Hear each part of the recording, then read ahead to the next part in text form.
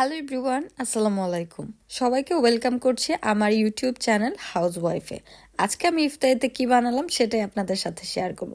ইফতারিতে বানিয়েছি আজকে crispy chicken burger. কিভাবে বানালাম চলেন শুনি। প্রথমেই কিছু চিকেনের ব্রেস্ট পিস সুন্দর করে ধুয়ে কেটে তারপর একটু লবণ, গোলমরিচ আর আদা রসুন সয়া সস দিয়ে কিছুক্ষণ ম্যারিনেট করে রেখে দেব। সময় থাকলে 1-2 ঘন্টা রেখে দেবেন, আর না থাকলে আধা ঘন্টা হলেও হবে। তারপর এটাকে আমরা কোট করব কর্নফ্লাওয়ার আর ফ্লাওয়ার মিক্স দিয়ে। সবগুলো চিকেন আমার কোট করা হয়ে গিয়েছে। এখন আমি কড়াইতে তেল দিয়ে দিয়েছি পরিমাণ মতো। তারপর তেলটা একটু গরম হয়ে আসলে আমি সবগুলো চিকেন এখানে দিয়ে দিব। প্রথমে একটু মিডিয়াম লোয়ে চিকেনগুলোকে ভাজবো, কারণ চিকেনটা যেহেতু র চিকেন ভেতরে একটু কুক করতে হবে।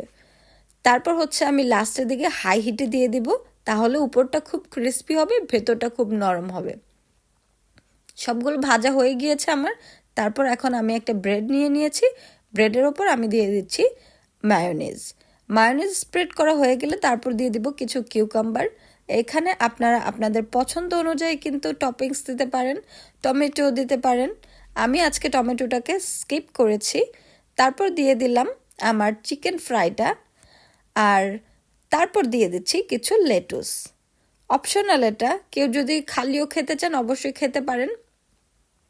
আর এই চিকেন ফ্রাইটা কিন্তু ফ্রাইড রাইসের সাথেও খেতে খুবই মজা লাগে, বা শুধু ব্রেড ছাড়া খেতেও খুবই মজা লাগে। কিন্তু আজকে ব্রেড দিয়ে খেলাম, ব্রেড দিয়েও খেতেও দারুণ হয়েছে।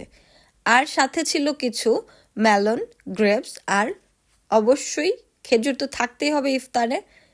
আর জুস না হলে কি হয় ইফতারে? আর জুসের মধ্যে নিয়েছি আজকে প্রমিগ্রেন্ট জুস। সবাই অবশ্যই বেশি বেশি পানি খাবেন। ইফতারের পর খেজুর আর পানিটা আর কিছু ফ্রুটস চেষ্টা করবেন যাতে বেশি বেশি খান, কারণ সারাদিন না খাওয়ার ফলে আমাদের শরীর কিন্তু ডিহাইড্রেশন দেখা দিতে পারে। অবশ্যই আমার পেজটাকে ভালোবাসবেন। আল্লাহ হাফেজ।